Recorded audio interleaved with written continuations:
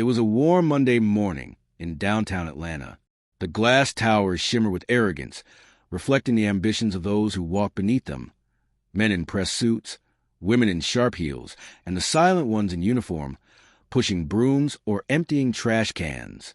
This city, like so many, was a theater of roles, some written in gold, others scribbled in dust.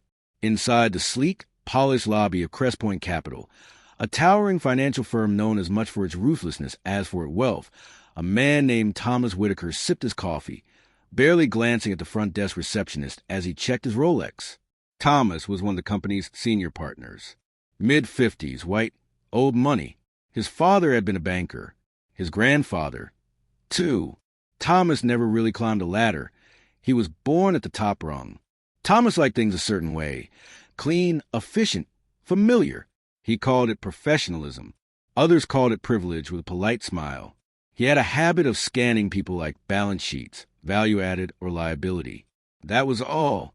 That morning, the HR department had scheduled a round of interviews for a new executive assistant role, someone who could coordinate internal operations, manage client logistics, and serve as a face for some of their investor events.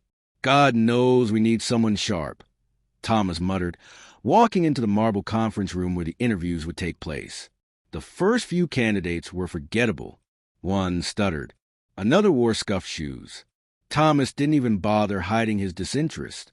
Then a man walked in who made him visibly pause, not because of anything wrong, but because of what he represented. The candidate was a tall black man in his mid-30s, dark brown skin, crisp navy blue suit, dreadlocks pulled neatly into a bun.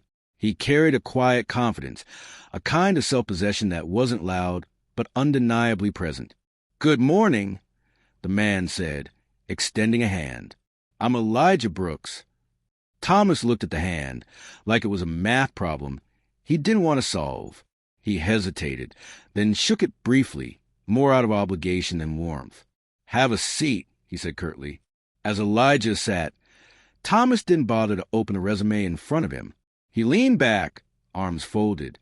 "So, Elijah," he said, the name almost catching in his throat, "tell me what makes you think you're a fit for Crest Point."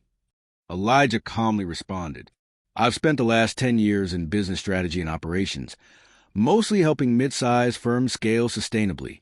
I recently exited a consultancy I co-founded, and I'm looking for my next challenge." Thomas cut him off. "Wait, you co-founded a consultancy?" "Yes," Elijah replied, smiling slightly. "Blackwell Strategies." Thomas scoffed. "Never heard of it." Elijah didn't flinch. "That's okay.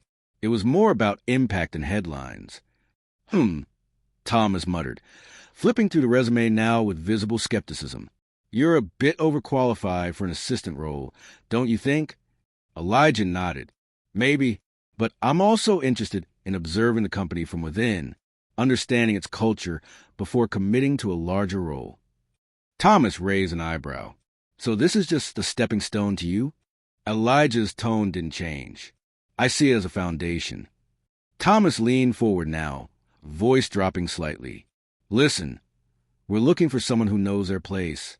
Someone who can take direction, not someone who's planning to outgrow the role in 6 months. We don't have time to babysit ambition." Elijah stared at him for a long moment, then smiled, genuinely, even warmly. "I understand." The interview ended shortly after. Thomas didn't shake his hand on the way out. After Elijah left, Thomas scribbled on the resume, "Too assertive, doesn't fit culture," then tossed it on the reject pile. A week later, the whole building was buzzing. The whispers started in the elevator and spread like wildfire. Crest Point was getting a new chief executive officer, someone from outside the firm. There were rumors of a strategic acquisition, of a powerful merger behind closed doors. The company had been acquired quietly by a private investment group. Thomas rolled his eyes. Another outsider with no sense of how we do things. That morning, they were called into the executive boardroom. Leather chairs, water in glass bottles, skyline view. The partners sat upright, expectant and territorial. Thomas crossed his legs. The door opened, and in walked the new CEO, Elijah Brooks. Silence. He wore the same calm confidence, but now there was something else, gravity. He stood at the head of the table, buttoned his suit, and smiled. "Good morning. I'm Elijah Brooks, your new CEO." Thomas's jaw clenched, but he didn't speak. His eyes darted toward the others, who were all now sitting straighter. Elijah continued. "Some of you may recognize me. We met briefly last week." A pause. Some subtle murmurs. Elijah looked directly at Thomas. "I applied for an assistant position," he said, his voice still calm. "It was a social experiment. A chance to see this company from the bottom up, to understand its values, not on paper, but in practice." The room was frozen. "I saw how people treat those they think are beneath them," he added, locking eyes with Thomas. "I saw who listens and who doesn't, who evaluates character, and who only sees credentials that look like theirs." He let the words sit. Then he smiled again. "This company has potential, but it also has blind spots. And those blind spots are expensive. Starting today, we fix that." Over the month that followed, Elijah transformed Crest Point's culture. He diversified the leadership team, launched community mentorship initiatives, reviewed hiring practices with a fine-tooth comb. Profits actually went up, not in spite of these changes, but because of them. Thomas? He resigned 6 months later. The official story was early retirement, but those who were there knew the truth. He couldn't adjust to a world where merit actually mattered. Never judge someone by the seat they're applying for. In a world that still clings to prejudice and polished illusions, character and competence can come dressed in humility.